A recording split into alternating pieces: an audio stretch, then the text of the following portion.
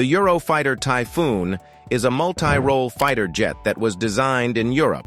It's sleek, fast, deadly, and it cost over $45 billion to develop. The Eurofighter Typhoon, a next-generation jet that took over 2 decades to bring to life. In this video, we're diving into the story of the Eurofighter Typhoon, the jet that nearly became a victim of its own ambition.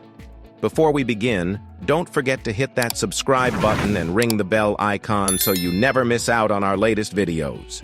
The beginning, a shared vision.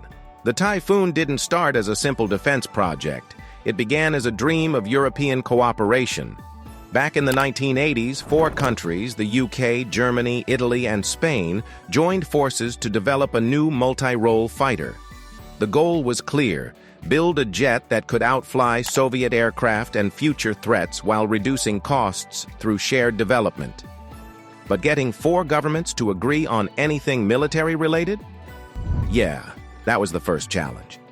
The original project was called the European Fighter Aircraft EFA, and it was meant to combine the best tech from each country. Each nation wanted different things, though. Germany prioritized air defense, Britain wanted an agile dogfighter, and Italy and Spain had their own specs, too. Even choosing who would lead the project was a diplomatic balancing act. Years of redesigns and delays. As you can imagine, trying to make one jet that fits 4 different military philosophies is not exactly smooth sailing. Throughout the 1990s, the design kept changing. Political disagreements, budget issues, and different national priorities caused delay after delay. Every time they thought they were getting close to a prototype, someone would raise concerns, whether it was about cost, radar tech, or engine specs. With the fall of the Soviet Union, many started questioning whether this advanced jet was even necessary anymore. Some politicians even called for the program to be scrapped altogether. But by then, the project had too much momentum and too much money invested to stop. A technological marvel when it finally arrived. After over 20 years of development, the first production Typhoons were finally delivered in the early 2000s. And despite the headaches and cost overruns, the jet was, without a doubt, a technological marvel. The Eurofighter Typhoon is a twin-engine Canard Delta wing multi-role fighter designed for both air superiority and ground attack. It was built to be nimble, responsive, and deadly in a dogfight. One of its standout features is its carefully unstable aerodynamic design, which makes it incredibly agile but also requires fly-by-wire computer systems to constantly keep it stable in flight. It's like riding a wild horse that only obeys because the computer reins it in every second. The Typhoon also featured cutting-edge radar, advanced avionics, and a glass cockpit interface way ahead of its time. And let's not forget its top speed of Mach 2 advanced weapon systems and supercruise ability, which means it can fly at supersonic speeds without using afterburners. The $45 billion price tag. The total cost of developing the Eurofighter Typhoon is estimated at over $45 billion. That includes research, design, testing, politics, back-and-forth decision-making, and production setup across 4 countries. To put that in perspective, that's more than the GDP of some small nations. The per-unit cost? Around $130 million depending on the version and buyer. And that number climbs higher when you factor in maintenance, upgrades, and training. Many critics argued that Europe would have just bought American F-16s or F-15s at a fraction of the cost. But supporters claimed the Typhoon was about more than just the aircraft. It was about European aerospace independence. How does it stack up? So how does the Typhoon compare to its rivals? Against the F-16 and F/A-18, it's more advanced in speed, agility, and weapons load.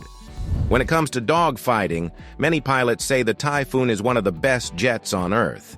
However, it lacks stealth capabilities, which newer jets like the F-35 and F-22 use to their advantage in modern combat. That said, the Typhoon is continually upgraded with new radar tech, weapon systems, and targeting software to keep it competitive. Exporting the Typhoon. Despite its huge cost, the Eurofighter has found success on the export market. Countries like Saudi Arabia, Austria, Qatar, and Kuwait have all purchased Typhoons. And for these buyers, the appeal isn't just the aircraft, it's the ability to customize it for their own needs, and sometimes even build parts of it locally.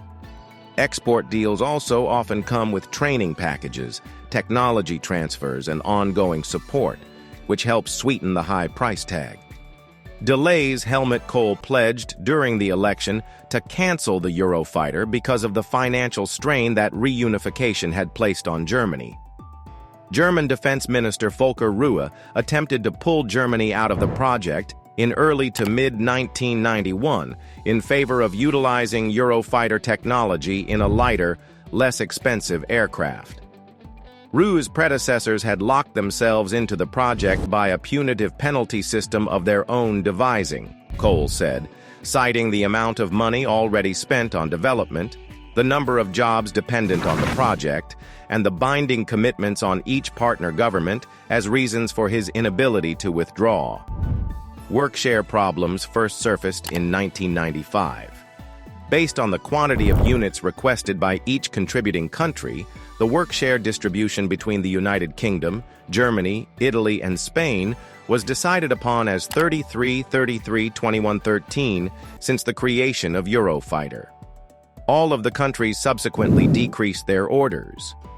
Germany reduced their orders from 250 to 140, Italy from 165 to 121, Spain from 100 to 087, and the UK from 250 to 232.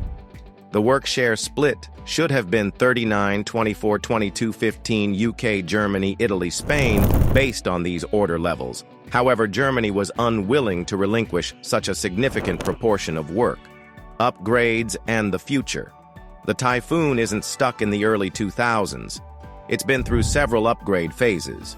Newer versions come with AESA radar systems, improved sensors, better targeting pods, and even electronic warfare capabilities.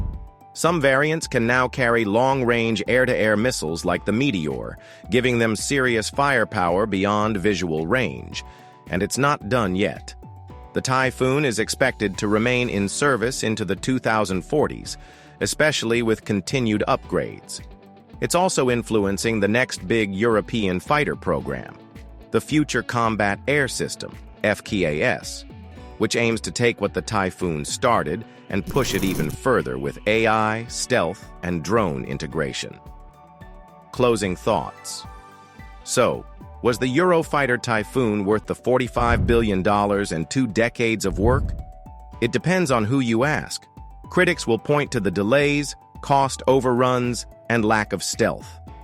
But supporters will tell you it was a bold step toward European defense collaboration, aerospace innovation, and a jet that, when finally delivered, was every bit as advanced as promised. The Typhoon might not have had the flashiest debut, but it proved that big things can still come from complicated beginnings.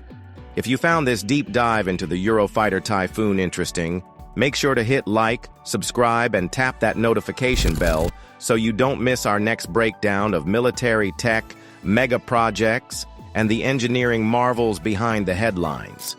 What are your thoughts on the Typhoon? Would you have greenlit the project if you were in charge back in the 80s? Let us know in the comments. Thanks for watching.